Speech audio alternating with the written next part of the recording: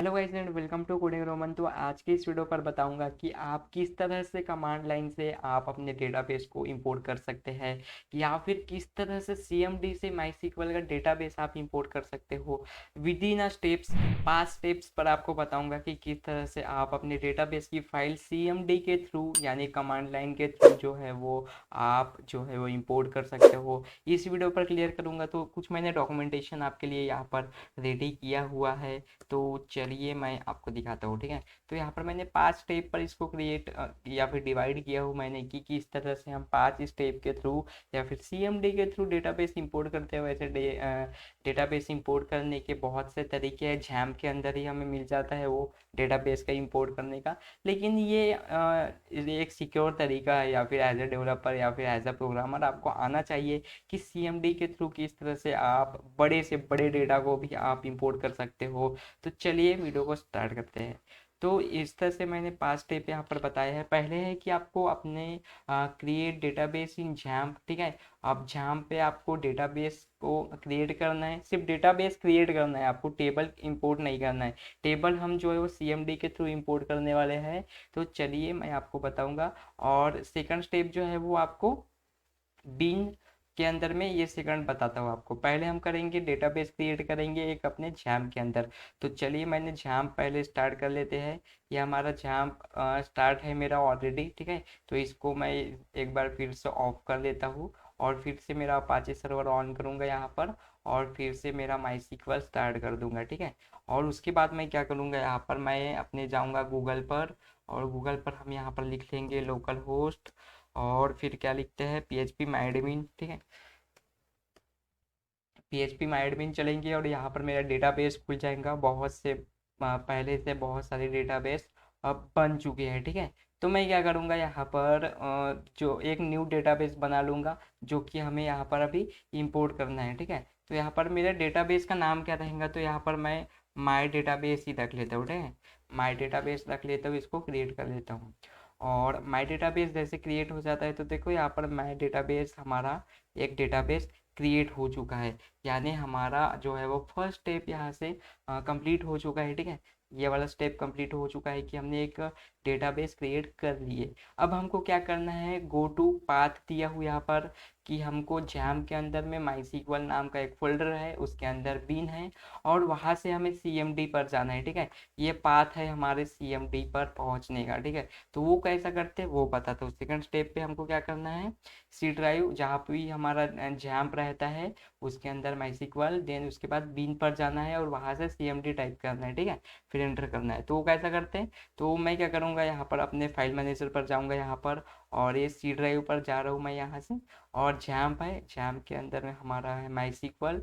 माईसीक्वल के अंदर ये बीन लिखा है। ठीक है, ये पाथ हमारा आ चुका है, तो यहाँ पर आपको जस्ट क्लिक करना है। ठीक है, और वो पाथ सिलेक्ट हो गया और यहाँ पर आप टाइप कर दो, जस्ट टाइप कर दो ऐसा सीएमडी और एंटर कर दो। ठीक है, और आपका यहाँ पर कमांड प्लेट यहाँ पर खुल जाएगा। ठीक है, और आई होप यहाँ आपको दिखाई दे रहा होगा, मैं थोड़ा सा इसको झूम कर देता हूँ। ठीक है, ओके, नो प्रॉब्लम। तो यहाँ पर देखो एक हमारा पाथ आ गया है, और बीन देखो, सी जैप माई सीक्वल बीन जो भी हमने यहाँ पर देखे थे, और जो मैं आपको बताता हूँ देखो हमारा आ गया, जहाँ भी हमारा जहाँ पर माई सीक्वल बीन इस तरह से हमारा यहाँ पर आ चुका है। उसके बाद कुछ स्टेप्स मैंने यहाँ पर लिखा हूँ कि थर्ड स्टेप हमको करना है कि सीएमडी में हमें क्या लिखना है, ये लिखना है माई सीक्वल लिखना है, देन उसके बाद यू लिखना है, रूट लिखना है, पासवर्ड लिखना है, देन उसके बाद एंटर करना है। अब ये माई सीक्वल क्या होता है, तो माई सीक्वल एक तरह का कमांड है सीएमडी पे, जो कि हम हमारे माई सीक्वल को हम टारगेट कर रहे हैं। और हमको क्या करना है, हमारे जो भी ये जैम का यूज़र आईडी या फिर पासवर्ड है वो डालना है। ठीक है, you for user ID and P for password. ठीक है, तो हमारा वो करते हैं अभी। तो चलिए हम सीएमडी पर चलते हैं, और यहाँ पर मैं सिंपली टाइप करूँगा माई सीक्वल। ठीक है, और माई सीक्वल टाइप करूँगा, देन उसके बाद स्पेस रहेगा, और यहाँ पर माइनस करके मुझे लिखना पड़ेगा you, you for user ID, तो हमारा यूज़र नेम भी हो सकता है, जैसे कि हम जहाँ भी इंस्टॉल करते हैं तो देखो हमें एक default user name and password मिलता है, जो कि हमारा रूट रहता है यूज़र नेम, और पासवर्ड ब्लैंक रहता है, ठीक है। तो जिसका भी आपका, अगर जो भी आपका यूज़र नेम और पासवर्ड रहेगा वो यहाँ पर डालना है। तो मेरा डिफ़ॉल्ट ही है, तो मैं यहाँ पर रूट डालूंगा मेरा यूज़र आईडी, और यहाँ पर मैं पासवर्ड ब्लैंक कर दूंगा, यानी पासवर्ड कुछ भी नहीं लिखूंगा। मैं एंटर करूंगा, तो यहाँ पर देखो एंटर पासवर्ड पूछ रहा है मुझे, तो पासवर्ड तो हमारा है नहीं, फिर से एक बार एंटर करो, क्योंकि मैंने देखो यहाँ पर 2 बार एंटर एंटर लिखा हुआ यहाँ पर, ठीक है। एक बार एंटर डालना है आपको, फिर पासवर्ड पूछेगा, तो पासवर्ड तो कुछ है नहीं, तो फिर से एक बार आपको एंटर करना है। देन उसके बाद देखो यहाँ पर एक यूज़ लिखना है हमें, और डेटाबेस का नाम, जो भी हमने यहाँ पर अभी डेटाबेस क्रिएट किया है उसका नाम डालना है, ठीक है। हमें फोर्थ स्टेप पर, तो फोर्थ स्टेप पर क्या करना है, देखो यहाँ पर MariaDB और नन आया है, ठीक है। तो हमें क्या लिखना है, यूज़ लिखना है, और हमारे डेटाबेस का नाम यहाँ पर डालना है। तो हमारे डेटाबेस का नाम क्या है, तो हम चलते हैं अपने यहाँ पर मतलब लोकल होस्ट पर आ चुके हैं। और ये देखो हमने अभी डेटाबेस क्रिएट किया, तो ये डेटाबेस के नाम को मैं जैसे का वैसा आपको कॉपी करना है, ठीक है। आप देख के लिखना, लेकिन लिखोगे भी तो आप सेम स्पेलिंग लिखना, ठीक है, अच्छे से, ठीक है। तो ओके, तो यहाँ पर मैं आ गया, और मैंने जो कॉपी किया था उसको ही पेस्ट करूंगा यहाँ पर। यूज़ माई डेटाबेस, यूज़ एक कीवर्ड होता है या फिर एक तरह का कमांड है वो CMD पे, ओके। तो माई डेटाबेस लिखा, मतलब मेरे डेटाबेस पे आपको, हमें यहाँ पर टेबल इंपोर्ट करना है, ठीक है कि नहीं, मेरे डेटाबेस पर, ओके। तो चलो मैं एंटर कर देता हूँ, और देखो यहाँ पर डेटाबेस चेंज हो गया है यहाँ पर, ओके। तो माई डेटाबेस के अंदर में आ गया। अब जो भी यहाँ पर हम यहाँ पर SQL की फाइल डालेंगे वो हमें यहाँ पर लिखना है। तो हम लास्ट स्टेप देख लेते हैं, यहाँ पर लास्ट स्टेप क्या है। तो लास्ट स्टेप में क्या लिखना है, आपको सोर्स लिखना है, और उसके बाद यहाँ पर पाथ देना है, जहाँ भी आपका MySQL का फाइल होगा वहाँ का पाथ देना है आपको। तो वो कैसा देते हैं, इसके लिए मैं थोड़ा सा रिस्ट्रिक्शंस बताऊंगा आपको, कि आप जो भी आपका, जहाँ पर भी आपका MySQL का फाइल होगा वो डाउनलोड पर ना रखें। हो सकता है आपके किसी बॉस ने या फिर आपके किसी दोस्त ने फाइल भेजी है आपको, और आपने उसको डाउनलोड किए हो जस्ट, और आप उसको डाउनलोड पर है आपका फोल्डर, डाउनलोड की फाइल पर है आपका SQL का फाइल है, और वहां से आप इंपोर्ट करना चाहते हो, तो ऐसा ना करो। उसको C ड्राइव पे या फिर D ड्राइव पे या फिर पर्टिकुलर फोल्डर पर डाल कर रखो, ठीक है। वो जो है वो डाउनलोड पर, डाउनलोड में से नहीं होता। तो मैं क्या किया हूँ, मेरी एक फाइल मैंने रखा हुआ यहाँ पर, तो मैं कहाँ रखा हूँ वो बता देता हूँ आपको, ठीक है। तो मैंने रखा हूँ यहाँ पर, देखो मेरे चलो मैं क्या करूँगा, दिस PC पर क्लिक करूँगा, और मेरे पास यहाँ पर देखो 3 4 मेरे पास सेक्शन है। तो मैंने F ड्राइव पर, मेरा जो है ना F ड्राइव पर डबल क्लिक करता हूँ मैं, और F ड्राइव पर देखो क्लॉथ स्टोर नाम का एक मैंने SQL की फाइल रखा हुआ यहाँ पर, देखो, ठीक है। क्लॉथ स्टोर नाम का एक SQL का फाइल है। तो मैं क्या करूँगा, हमें सिंपली क्या करना है, यहीं पर आना है। फिर से मैं कैसा करना है वो आपको बताता हूँ, क्योंकि हमें पाथ डालना है ना। अब वो पाथ कैसा डालना है, देखो मैंने यहाँ पर सिंपली डिफाइन किया था, कि यहाँ पर देखो D ड्राइव लिखा हूँ मैंने, फिर उसके बाद फोल्डर का नाम, फिर उसके बाद फाइल का जो भी नाम होगा वो, और .SQL के साथ उसको बैक फॉरवर्ड स्लैश लगाना है, ठीक है। तो मैं क्या करूँगा, अभी फिर से चलते हैं हमारे इस पर, और मैं आ चुका हूँ F ड्राइव पर। और F ड्राइव पर देखो, F ड्राइव मेरा पाथ है, उसके अंदर क्लाउड स्टोर है ना, मैं किसी फोल्डर के अंदर में नहीं रखा हूँ इसको, ठीक है। आप अगर मान के चलो किसी फोल्डर के अंदर में रखते हो, तो फोल्डर का पाथ देना, ठीक है।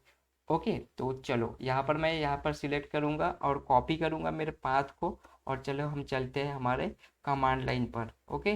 तो कमांड लाइन पर पाथ जो है वो, पाथ वो करने से पहले मैं यहाँ पर देखो, हमने सोर्स लिखा है, हमें सोर्स लिखना है, ठीक है। तो सोर्स लिखेंगे हम, तो ओके, तो यहाँ पर मैं लिख लूँगा SOURCE, ठीक है, सोर्स। उसके बाद हमें पाथ यहाँ पर डिफाइन करना है, ठीक है। तो देखो एक फॉरवर्ड स्लैश हमको हटाकर यहाँ पर बैकवर्ड स्लैश रखना है, ठीक है। ये स्लैश आपको चेंज करना है, और उसके बाद आपका जो भी फाइल का नाम है MySQL का, वो यहाँ पर जैसे का वैसा एज इट इज़ पेस्ट करना है आपको, ठीक है। तो मैं क्या करूँगा, अभी मेरी फाइल पर जाऊँगा, और एक क्लाउड स्टोर है यहाँ पर क्लिक करूँगा, और इसको रीनेम करने के लिए आप क्या करते हो, राइट क्लिक करके रीनेम पर क्लिक करते हो। उसके बाद आप इस फाइल को कॉपी करते हो, ठीक है। तो एक शॉर्टकट तरीका बताता हूँ आपको, सिर्फ यहाँ पर क्लिक करना है और F2 दबाना, ठीक है। F2 दबाने से जो है वो आपके विंडोज़ पर काम करेगा। ये मेरा लैपटॉप पर कुछ तो भी फंक्शनलिटीज़ है F2 पर, तो वो नहीं होगा। तो मैं सिंपली यहाँ से क्या करूँगा, रीनेम पर ही जाके अपनी फाइल का नाम को कॉपी करूँगा मैं यहाँ से, और CMD पर जाऊँगा, और CMD पर जाकर मैं क्या करूँगा, यहाँ पर पेस्ट कर दूंगा और डॉट सीक्वल मुझे लगाना है क्योंकि मेरी ये सीक्वल की फाइल है, ठीक है। तो देखो मैंने यहाँ पर अपने 5 स्टेप पर लिखा है कि देखो यहाँ पर मैंने ये स्टेप नहीं डाला हूँ, मैंने सिंपली इस तरह से डाला हूँ, यानी ये जो भी मेरे फाइल का नाम है, जैसे कि मैंने यहाँ पर हम लोग क्लास स्टोर डाले थे ना, तो इस तरह से हमने क्लास स्टोर ऐसे डाले हैं। आपका अगर कोई फोल्डर के अंदर पर MySQL की फाइल होंगी तो आपको यहाँ पर फोल्डर का नाम लिखना है, जो भी आपका फोल्डर रहेगा वो। आई होप यह आपको समझ में आ गया होगा। और डॉट सीक्वल आपको डालना है ये एक्सटेंशन, क्योंकि आगे वाले को समझ सके या फिर आपका CMD समझ सके कि भाई ये जो भी है, हाँ मतलब। और ये जो भी बैकवर्ड स्लैश रहता है तो वो आपको चेंज करना है, मतलब आप जब भी पाथ कॉपी करते हो तो वो कुछ इस तरह से रहता है, ठीक है। तो इस तरह से नहीं रखना है आपको, उसको चेंज करना है, सारे इस तरह से करना है। और आपको क्या करना है, सिंपली एंटर प्रेस करना है, यानी आपके इसके अंदर जितने भी टेबल है वो इंपोर्ट हो जाएंगे और हम अपने डेटाबेस पर भी जाकर देखेंगे। तो चलो मैं CMD पर चलता हूँ और हम फाइनल स्टेप पर ही है, और सिंपली मुझे एंटर करना है और हमारा जो भी डेटाबेस है, माई डेटाबेस नाम का फोल्डर, उसके अंदर पर टेबल आ गया है कि नहीं वो भी चेक करना है। तो चलो मैं एंटर करता हूँ और यहाँ पर देखो हो चुका है डेटाबेस इंपोर्ट, ठीक है। टेबल इंपोर्ट हो चुका है। 2 ही टेबल थे मेरे इसके अंदर, तो देखते हैं 2 टेबल आए हैं या नहीं। यहाँ पर देखो कंप्लीट भी लिखा होगा, MariaDB डेटाबेस आ गया है, इसका मतलब आपके टेबल यहाँ पर हो चुके हैं।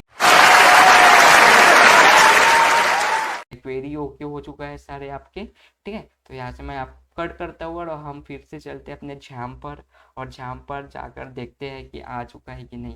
तो माई डेटाबेस को मैं फिर से यहाँ पर रिफ्रेश करूँगा और हमारा देखो दोनों भी टेबल आ चुके हैं। यहाँ पर पहले ब्लैंक था, अभी ये यहाँ पर TBL प्रोडक्ट और TBL REG, जिसके अंदर पर आपको डेटा जैसे का वैसा सिक्योरली जो भी इसके अंदर डेटा था या फिर डेटा रहा होगा वो आपको मिल जाएगा। तो आई होप यह समझ में आ गया होगा आपको, ठीक है, किस तरह से सारी चीज़ें करते हैं या फिर सारी चीज़ें होती है वो आपको समझ में आ गया होगा। और ये एक सिंपल स्टेप है। और यहाँ पर देखो सेकंड टेबल TBL REG है, उसके अंदर भी मेरा जो भी डेटा था वो आ गया है। अब इसमें 2 ही टेबल थे तो जल्दी से हो गया। आप बड़े से बड़े जितने भी आपके डेटाबेस पर जितने भी टेबल्स होंगे, आप चुटकियों में इन 5 स्टेप्स को फॉलो करके जो है वो आप CMD के थ्रू जो है वो अपना डेटाबेस के सीक्वल को या फिर आपके टेबल्स को इंपोर्ट कर सकते हो। आई होप यह वीडियो आपको समझ में आ गई होगी, या फिर CMD के थ्रू किस तरह से डेटाबेस इंपोर्ट करते हैं या फिर टेबल इंपोर्ट कर सकते हो आप, आपको समझ में आ गया होगा। तो आई होप यह वीडियो आपको पसंद आई होगी। वीडियो अगर पसंद आई गई होगी तो प्लीज़ वीडियो को लाइक कर दीजिएगा। मिलेंगे नेक्स्ट वीडियो पर, तब तक के लिए कोडिंग रोमन चैनल को प्लीज़ सब्सक्राइब कर दीजिएगा। प्लीज़ इस चैनल को प्यार दीजिएगा। मिलेंगे नेक्स्ट वीडियो पर, तब तक के लिए कोडिंग करते रहिएगा। And thanks guys for watching this video and I will see you in the next video.